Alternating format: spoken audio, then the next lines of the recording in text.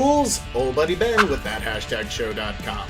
Once again, brought to you by all the fine folks over at Neff Vodka, reminding you to please drink responsibly, as well as everybody over at Toynk.com. Toynk.com. Toynk.com. Buy some toys and Got another visual effects supervisor coming at you today. This time I talked to Nico Del Giudice, or as he told me, technically it's pronounced Guidice, but they just say Judas. Anyway, Nico is the VFX supervisor for the Peacock original series Dr. Death.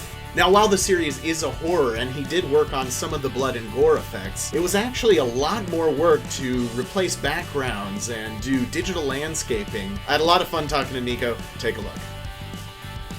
What are some of your proudest moments as far as Dr. Death goes and what you and your team have been able to accomplish? Right. It's funny because, it's like so we had like this really delayed process, right, because of the pandemic. But then as soon as we started to get back into it in full force, we had this like really tight turnaround.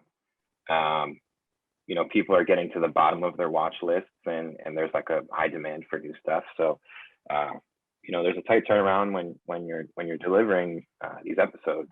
And I think like the proudest accomplishment that we've had on Dr. Death is just being able to turn around these massive like set extension scenes within the time frame that we had.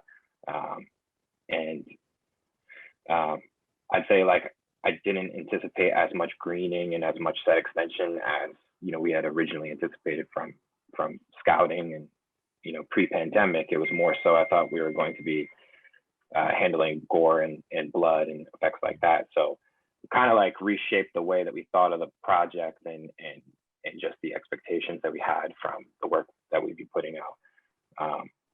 Proudest scene that I'd say we worked on was probably the Texas Neurosurgical Institute TNI scene, where they shot that in New Mexico, and then we fully greened it to look like the Dallas suburbs. Nice. There's a couple more. There's as you mentioned, there's the Queens College that we turned into the Denver airport, which is like a short scene, but still really cool, like developing the tents. And then the last one was Colorado State University. We shot that, there were no mountains in the background, and then we put in these like map paintings to, sell it as Colorado. Saw like big mountains in the background. So just big set extensions, I guess, that we just didn't originally plan for, which is really cool. Can you talk a little bit about developing the blood, the gore, the horror aspects that I think you were expecting? I think a lot of the audience is expecting going into this show, because this is a horror. I mean, you got to have that horrifying, visual for horror. So does this haunt your nightmares when you're when you're working on this kind of stuff for so long? I don't know. Yeah, I feel like we've been working on like gory stuff and people being murdered and shot and killed in so many different shows. But I think it's just like the way that that's conveyed in these shows. Like in this story, it's a true story or based on a true story. So you're not really getting like the whole gore effect as being like, oh, zombies, like, oh, cool action. You know what I mean? It's more so like you're trying to emulate the reality of how you would see like the stuff happen surgically. So there was some shots that, we had to pull out blood, and there's like a prosthetic enhancement on one of the patients that we had to do. You're looking at references and just trying to match what happens in reality as close as possible. But yeah, I'd say it's funny because, there was one of the last days on set, there was basically a bunch of practical, I call it practical, but like pieces of like flesh. I don't know whether it was like from a butcher shop or what it was, but they're trying to get like elements practical and just like having SFX cover like the blood as practical as possible and get those moments. Like I said, I think we were looking for a lot of that, when we originally went into Dr. Death, but it ended up being like minimal amount of gore enhancement for us, and more so greening and set extension.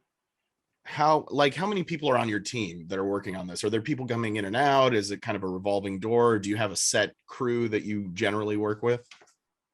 In post or in production? In post. In post, yeah. So in post, the team was comprised of Michael Fernandez, who's a VFX producer, and then Alexa Daly, who was a coordinator, Rob Cribbett, who was the VFX supervisor, and CJ Chun, who was our CG supervisor.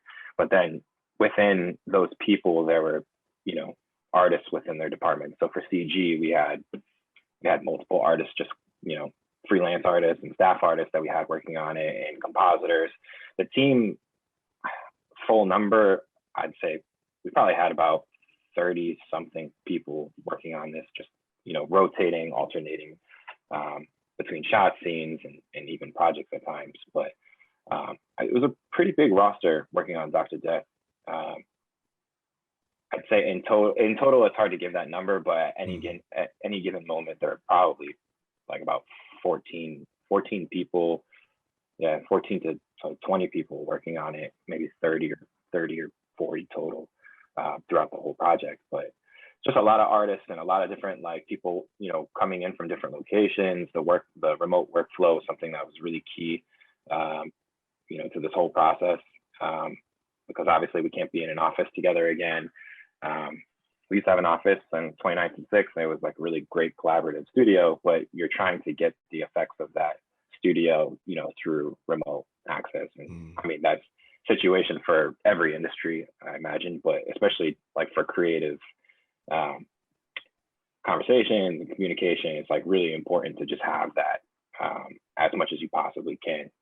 So remote workflow and Zoom calls and Slack and all that was just nonstop. A lot of artists working on this. So as far as the surgical scenes go, you said you guys were responsible for a lot of the blood and that sort of thing. Did they use a lot of practical blood effects on set, or was that pretty much basically you guys? No, yeah, the majority of it, I mean, especially that I saw, it was handled practically. We had a few blood enhancement shots, but yeah, special effects. The goal, going into any of these projects, I originally worked on the show Happy with the same showrunner, Patrick McManus. There was just a ton of blood enhancement moments or gunshots and stuff where you have to make blood spurt but the goal has always been to handle as much as you can practically until we have to enhance it. We don't ever just want to fully rely on visual effects for adding blood to shots when you don't necessarily need it. If the special effects team is much convincing, and especially during surgeries, if you're siphoning blood or you're adding blood to a syringe, do it as much in a practical sense as much as you can, and then we'll enhance it. There was a syringe shot where they were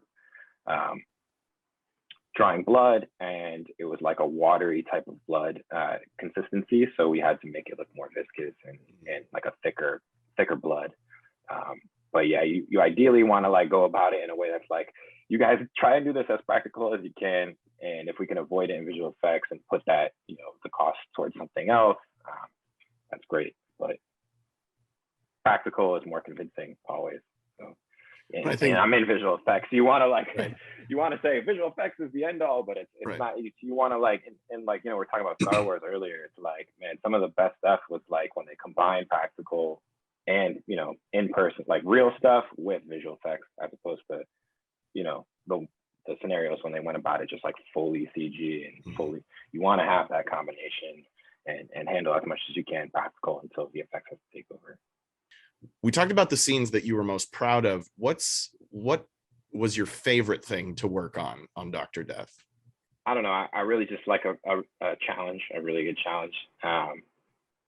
And especially if it has a lot of creative opportunity or freedom to it. So I'd say the TNI sequences, that was the stuff that was shot in New Mexico that we had to green. And I mean, we're just replacing the entire background.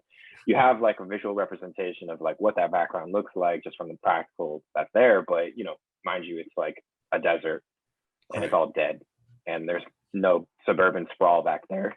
So you have lighting reference and you have a reference for composition, but you're putting in full map paintings and CG grass and CG bushes, and you're kind of designing hey, what would this? Sure, we have references of the suburbs, but you get to landscape this area, and how would you imagine it? So I think that was the greatest challenge for me, which then in turn made it the most enjoyable piece to work on. And it was like spread throughout multiple episodes. So it's like you have to establish it really quick for like a quick turnaround episode. And then you have to make sure that that look is consistent for the other episodes, you know, but you're also like wanting to make it better. So then like internally you're like thinking like, oh man, you know, what we had done in like 104, you know, looks different from a little bit different from what we did in 101, or like, you know, so you're just trying to make it better and keep, you know, consistency, as I said, while also having like creative freedom. So it was a cool scene to work with. And I hope people don't notice that it was grained in CG and visual effects. I hope it's just one of those things that just you watch it and you're just like, oh my God, this guy is a terrible person. Yeah. I hope it just doesn't like distract, you know, from what the actual story is. This guy's awful, but that bush back there. Yeah, right. It doesn't look like it's blowing in the wind as it should. Those leaves at some point, you like start looking at it. Yeah, you go to like picnics or like you go out, I don't know, you go out and then you're like, oh my God, that tree doesn't look like it's like the right hue, or like you start like, you know, hyper focusing on this stuff. You're like, oh man, I need to take it easy on these greening shots. Yeah, more so than the gore. That's what haunts your nightmares, right? Yeah, I can't look at trees. I can't look at scaffolding anymore. There's so many things where I just can't look at it anymore. I've accepted that, yeah, in visual effects, you're just constantly trying to like recreate everything. So you might as well just be comfortable with the fact that, you know, you've tried to create something and you're probably going to create many more things, and just enjoy it as it goes. So last but not least, is there anything you're working on now that's going to be coming out that you can talk about? Anything you're excited about that's coming up? Yeah, Billions. I love Billions. The show Billions on Showtime. It was cut short because of the pandemic, but finishing season 5 and going into a season 6. Man, it's a show that another one of those types of shows where you wouldn't necessarily just say, oh, that's like visual effects. Like it's more about like the seamless visual effects that you don't necessarily see. So excited about that, and have some cool creative shots that we put out for that. Just been waiting. Nice. Well, there you go. Well, Nico Del Giudice. Yeah. Nico Del Giudice.